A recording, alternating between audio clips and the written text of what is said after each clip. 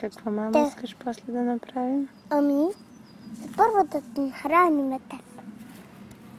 После какво ще правим? После ще отидем малко да попляскаме.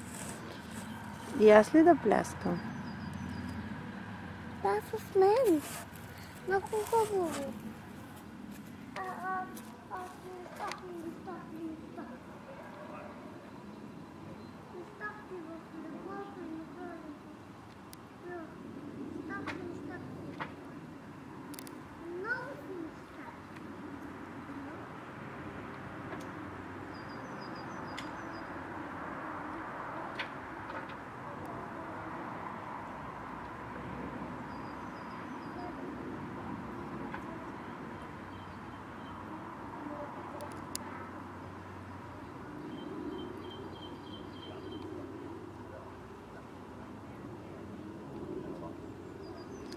Обекта ми се скри някъде.